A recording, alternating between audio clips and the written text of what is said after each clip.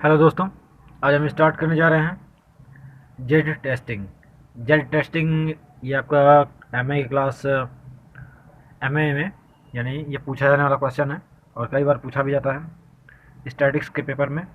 तो चलिए देख लेते हैं ये क्या है और इसके जो यानी इसका जो विकास या फिर इसका जो खोज किया है, फिर ये जो सिद्धांत जिन्होंने दिया है उसके बारे में भी हम जानेंगे।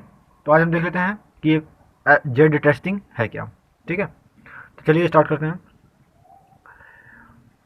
प्रोफेसर फीसर फीसर ने छोटे प्रतिदर्शों में सहसंबंध गुणांक की सार्थकता की जांच करने के लिए जेड टेस्टिंग या इस विधि का प्रयोग किया था। ठीक है, और जिसके अनुसार सहसंबंध गुणांक आर का जेड प्रतिदर्शज में रूपांतरण कर लिया जाता है। यही कारण है कि इस विधि को फीसर का जेड परीक्षण या फीसर्स जेड टेस्ट या जेड रूपांतरण या जेड ट्रांसफॉर्मेशन कहा जाता है। आर को जेड में बदलने के लिए निम्न सूत्र का प्रयोग किया जाता है। आर पहले हम देख लेते हैं। आर हमारा है सहसंबंध गुणांक, ठीक है, जिसे हम शॉर्टकट में आर कहते हैं, जिसका सिंबल आर है। तो हम आर को चेंज करने के लिए कौन सा फार्मूला लगाएंगे? Z is equal to 1/2 log E bracket में 1 plus R upon 1 minus R. इसके बाद या इसको दूसरे से तरीके से देख सकते हैं कि इसकी हम वैल्यू रख देंगे। ठीक है, यानी हाफ जो है इसका हम वैल्यू रख देंगे तो क्या होगा, और यहाँ पे log ई को जो हम चेंज कर देंगे, log E is equal to log 10 2.3026।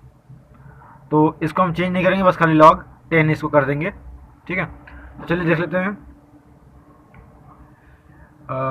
Z is equal to 1.1513 log 10 bracket में 1 plus R upon 1 minus are.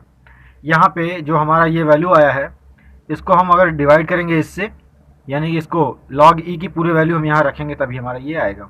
ठीक है, तो log ई की वैल्यू रखने पे 2 से जब डिवाइड करेंगे, 1/2 है ना, तो इसको हम डिवाइड करेंगे इससे तो हमारा मिलेगा 1.1513 ये हमको मिलेंगे। और उसके बाद बाकी हमारी ये है। इसके बाद देख लेते हैं इसमें जेड प्रतिदर्शज का आवंटन प्रसामान्य बंटन के अनुरूप होता है और इसका निर्वचन प्रसामान्य बंटन में प्रयुक्त क्रांतिक मानों के समान ही किया जाता है। इसके बाद अब हम देख लेते हैं इसका प्रयोग क्या है, यानी उपयोग क्या है। तो जेड परीक्षण का उपयोग निम्न 2 प्रकार की समस्याओं को हल करने के लिए किया जाता है। यानी कि जेड टेस्टिंग जो होता है उसका हम 2 समस्याओं के समाधान के लिए या उसका निवारण के लिए हम इस टेस्ट का यूज़ करते हैं। और देख लेते हैं ये कौन कौन से हैं। पहला हमारा है आर के यानी सहसंबंध गुणांक के अवलोकित मूल्य का किसी परिकलित मूल्य से अंतर सार्थक है अथवा नहीं। यानी सहसंबंध गुणांक का जो अवलोकित मूल्य होता है उसको हम किसी परिकलित मूल्य के साथ उसके अंतर को अंतर उसका जो है वो सार्थक है या नहीं है, इसको जानने के लिए इसका प्रयोग हम करते हैं। और दूसरा उसका उपयोग क्या है वो भी देख लेते हैं।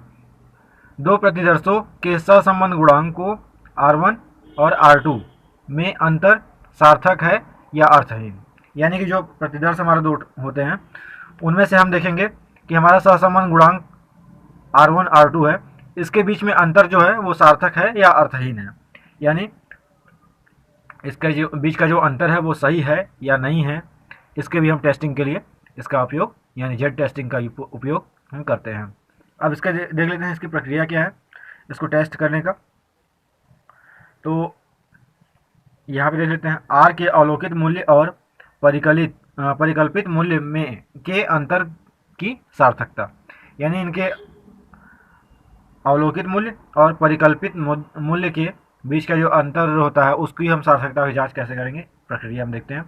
पहली प्रक्रिया हमारी है सर्वप्रथम आर यानी सहसंबंध गुणांक के अवलोकित मूल्य और आर के परिकलित मूल्य अथवा समष्टि मूल्य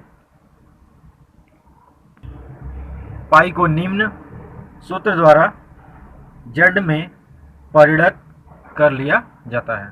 तो देख लेते हैं यहाँ आर की जेड परिणति, Z S is equal to 1.1513 log 10 1 plus R upon 1 minus R, जो कि हम लोग पहले ही देख चुके हैं जेड की वैल्यू क्या जो थी उसी के यहाँ पे। तो यहाँ पे केवल एस लगा हुआ है, बाकी सब वही सेम है।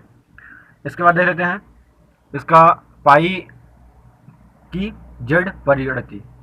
तो Z pi is equal to 1.1513 log 10, R की जगह पे हमारा बस खाली ये चेंज हुआ है, यहाँ आर था यहाँ पे हमारा पी ये पाई हो गया है।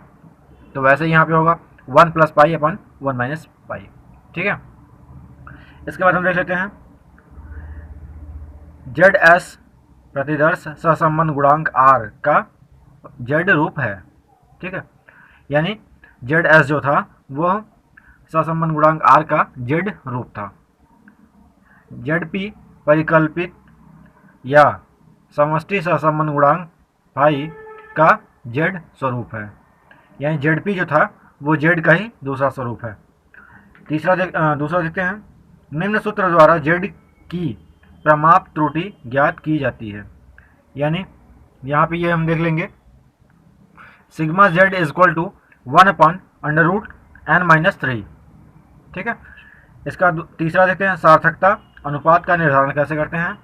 तो ये होगा mod of Z S minus Z P upon sigma Z.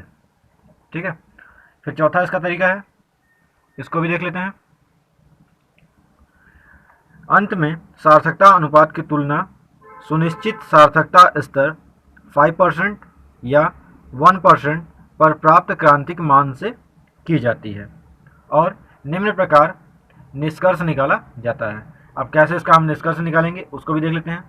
यदि Z S minus Z P upon sigma Z is greater than 2.58 तो अंतर 1% स्तर पर आर्थिक है, अन्यथा नहीं।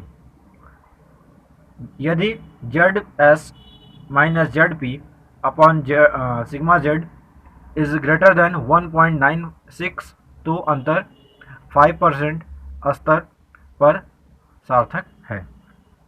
इसके बाद देख लेते हैं तीसरा, यदि Z S minus Z P upon sigma Z is greater than 3 तो अंतर 0.27% स्तर पर अर्थात निश्चित रूप से सार्थक है। तो हम देख लेते हैं, अगर Z S minus Z P upon sigma S बड़ा है 2 यानी इसकी जो वैल्यू है वो 2.58 से अधिक आती है तो इसका सार्थकता अंतर कितना होगा, 1% का होगा। ठीक है, नहीं तो नहीं होगा ये। यदि Z S minus Z P upon sigma Z बड़ा है यानी इसकी वैल्यू आती है जो वो 1.96 से अधिक आती है तो ये अंतर क्या होगा, 5% का होगा, जो कि सार्थक होगा। यदि Z S minus Z P upon sigma Z इसकी जो वैल्यू होगी वो अगर 3 से ज़्यादा आती है यानी 3 कम पड़ता है इसकी वैल्यू के आगे तो क्या होगा, तो अंतर 0.27% स्तर पर अर्थात निश्चित रूप से सार्थक होगा। यानी अगर इसका जो वैल्यू है 3 से अधिक आता है तो इसकी जो अंतर होगा वो होगा 0.27% और जो होगा निश्चित रूप से सार्थक होगा। तो ये था आपका जेड टेस्टिंग, जिसके यानी जिस सिद्धांत को देने वाले प्रोफेसर फिशर हैं, जिनका पूरा नाम प्रोफेसर रोनाल्ड फिशर है, जिन्होंने ये सिद्धांत दिया था। और इस टेस्ट का आपको बता ही दिया कि कैसे कैसे इसमें यूज होता है। और अगर आपको इसमें कोई दिक्कत परेशानी है तो आप हमें कमेंट बॉक्स में कमेंट करके क्वेश्चन पूछ सकते हैं। और आपको जितने भी ये तो हमारे केवल MA के लिए था, और अगर आपको कोई भी कंपटीशन के लिए नॉलेज चाहिए या फिर कोई भी टॉपिक्स चाहिए तो आप हमें कमेंट करके कमेंट बॉक्स में क्वेश्चन पूछ सकते हैं कि कौन से टॉपिक से आपको समस्या है, तो हम उस पर भी आपको वीडियोस बना के देते रहेंगे। और हमारे चैनल पे अगर आप नए हैं तो हमारे चैनल को सब्सक्राइब कर लीजिए और बेल आइकन को प्रेस कर लीजिए, जिससे कि आपको नए नए वीडियोस के अपडेट्स मिलते रहें। और थैंक यू फॉर वॉचिंग।